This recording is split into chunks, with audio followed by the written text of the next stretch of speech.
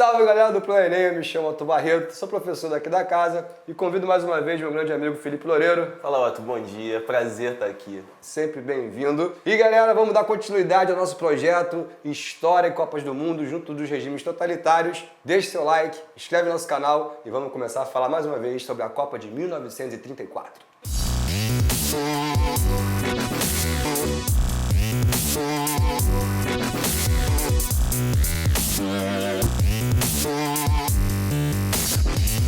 Em 1934 é a Copa do Fascismo ou a Copa de Benito Mussolini. Que cara, né, Felipe? Exatamente, Otto, é o grande personagem dessa Copa e não entrou em campo. Pois é, mais do que isso, esse cara entrou no poder da Itália em 1922. Caraca, Felipe, o maluco marchou com 50 mil homens, os chamados camisas negras, derrubou o rei e 2 anos depois se proclamou. Você que sabe falar italiano melhor do que eu. Giusto. Essa é a palavra tão doce, uma palavra tão bonita, na verdade significava uma ditadura autoritária, com pleno controle e plenos poderes sobre a sociedade, manipulando informação e pautando seu poder em uma das grandes estratégias que é a propaganda. Exatamente. E nada melhor do que o futebol para trazer tanta manipulação e controlar a opinião pública. E sobre o futebol, adivinha onde vai ser a Copa de 34? Na Itália. Por quê, Felipe? Não deveria ser na Itália, na verdade, essa Copa, Otto. Essa Copa deveria acontecer na Suécia. Mas os suecos, na Conferência de Estocolmo, em 1932, declararam não ter condições financeiras de assumir os custos da Copa. Entretanto, os italianos, através de Benito Mussolini, falaram: dinheiro para mim não é problema. Os caras estão vindo numa crescente econômica há muito tempo, porque ficaram isolados. Então a crise de 29 afetou menos a Itália do que outros países que dependiam diretamente da economia americana. Não que os italianos estivessem tão bem, mas o fascismo queria dedicar muito dinheiro para a realização dessa Copa do Mundo. E aí imaginem vocês que o cara era o dono do país, organizando a Copa, e tem algumas coisas muito interessantes. Primeiro, a utilização farta e ampla de propaganda fascista para manipular a opinião pública a favor do Estado. Claro, uma obrigatoriedade da seleção italiana em ter que vencer os jogos. E o Mussolini aparecia às vezes em 2 jogos, em 2 estádios concomitantes. O cara estava em todos os lugares e às vezes ao mesmo tempo. Caraca, Felipe. Sabe como é que ele conseguia fazer isso? Ele colocava sósias. Então, o Big Brother te olhava de vários lugares diferentes, mesmo que não fosse realmente ele que ali estivesse. Exatamente, Otto. Isso é uma das perspectivas do culto ao líder, característica fundamental dos regimes totalitários. Por isso, ele fazia questão de demonstrar a onipresença dele. Ele também fazia de uma outra maneira, cara. Às vésperas da final, a seleção da Itália tinha conseguido a vaga na decisão. E aí é um momento importante para os seus jogadores receberem um estímulo, né, do Estado. Então o Mussolini vai enviar uma carta para os jogadores com apenas 3 palavras: vitória ou morte. Exatamente, ó. Ele também decidiu como seria o regime de concentração e treinamentos dos jogadores, obrigando os jogadores a passarem 2 meses reclusos. A concentração sem sair do lugar, só treinando, voltados diretamente para a glória e força do Estado. Os jogadores ficaram reclusos, a mando do Mussolini. E ai de quem não aceitasse. Imagina o Neymar 2 meses sem a Marquezine, a gente não ganhava a Copa. Difícil, hein, cara? Ia ter que se contentar com o Alisson, talvez. Pois é. E a Azzurra, né, cara, a seleção dele, mesmo controlado pelo Estado, vai fazer bonito, né, com o Meazza. Grande destaque da Itália nessa Copa, além do Mussolini, foi o Giuseppe Meazza, um grande jogador que teve grande atuação, possibilitando a conquista do título na vitória sobre a Tchecoslováquia. O Giuseppe Meazza é tão importante para sua seleção, a Esquadra Azzurra, e para a sua equipe, a Internazionale de Milão, que hoje em dia ele é o nome do estádio, que muda de nome quando o Milan joga. San Siro. San Siro, exatamente.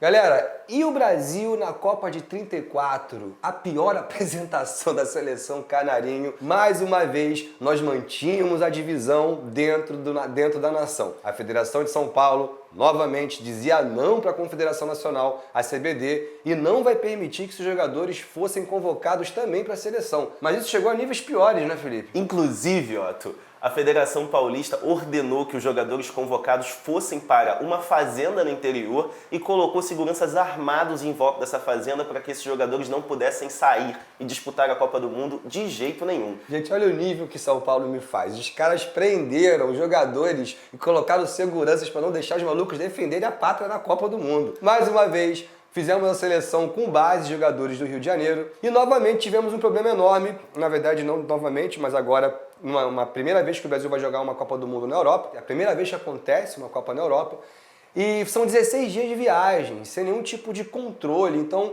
a galera engordava, o único treinamento era um rachão no convés. O Leônidas da Silva, nosso grande craque da época, dizia que a única maneira de se manter um pouco mais saudável era praticando corda. Então eles ficavam pulando corda durante 16 dias. CrossFit isso, né? Entraram 3 dias depois de desembarcar e o cara fica 16 dias mareado, né? Depois 3 dias vai jogar bola. Isso foi um problema enorme. E enfrentamos uma seleção que era amplamente favorita. Qual era o apelido da Espanha? Sim, La Fúria. Já era La Fúria. Perdemos de 3-1. Mas também não foi tão fácil assim. O Brasil perdeu um pênalti, teve um gol mal anulado e aos 42 minutos, Leônidas da Silva vai conseguir fazer o seu gol e ele disse aos brasileiros, esse foi o nosso gol de honra, nascendo aí o termo que usamos até hoje, até mesmo nas peladas. Foi apenas um jogo, fomos eliminados e ficamos em 14º lugar, mas voltamos pelo menos em 90 minutos com um golzinho da seleção canarinha. Curiosidade sobre a Copa de 1934, tem? Informação aqui, Otto. A atual campeã, a Celeste Olímpica, o Uruguai, não participou dessa Copa do Mundo por boicote. Eles não gostaram que os europeus não vieram participar da Copa aqui na América, então não foram para a Europa, tal como os argentinos. Entendi. Já que eles não vieram, a gente também não vai. Exatamente, mas tivemos algumas participações novas. Por exemplo, a primeira participação de uma equipe africana com o Egito, que teve uma atuação extremamente parecida com a do Egito na Copa atual. Ou seja, horrível. Primeira fase. Galera, nós temos um jogador brasileiro chamado Roberto Gomes Pedrosa, e para quem gosta de futebol sabe que o seu nome vai ser utilizado para a organização do primeiro grande torneio nacional do Brasil, que hoje deu origem ao que nós chamamos de Brasileirão. Exatamente, era conhecido como Robertão. Robertão, até hoje, em mesas de bar, das universidades, das escolas, a gente fica brigando se reconhece ou não, se era Brasileirão ou não, se vale como título ou não. A FIFA reconheceu e o nome do nosso jogador é o cara que disputou a Copa do Mundo em 34. Outra informação importante, Otto. A seleção italiana abandonou por um curto momento o seu tradicional uniforme azul, que dá até o apelido da seleção, a Esquadra Azzurra, e vestiu camisas negras, Otto, fazendo inclusive saudação fascista quando formou sua equipe antes do jogo. A Sani com certeza já vai colocar a fotinha da galera fazendo a saudação, que essa foto é famosa, clássica, e aparece muito no vestibular também. Galera, nós tivemos o primeiro gol de pênalti de um cara chamado Iraragorri. É um nome meio esquisito mesmo, né, Felipe? Exatamente. Mas é o primeiro goleador de pênalti, então nós temos aí a nossa primeira penalidade finalizada. Mais alguma coisa, Felipe? Sim, Otto, temos algo muito curioso. Na verdade, quem indicou o árbitro que apitaria cada jogo foi o próprio Benito Mussolini. Talvez isso tenha alguma relação com a vitória do seu país na Copa do Mundo. Imagine se hoje o Putin escolhesse todos os árbitros da Copa do Mundo, galera. Acho que fica mais fácil pra Rússia, né não? Exatamente. Bom, galera, dá o like no vídeo, inscreve no canal. E sobre a Copa de 38 ainda tem muito sobre falar de fascismo e também sobre nazismo, né? Exatamente. A gente conta no próximo vídeo. Valeu, galera! Valeu, galera.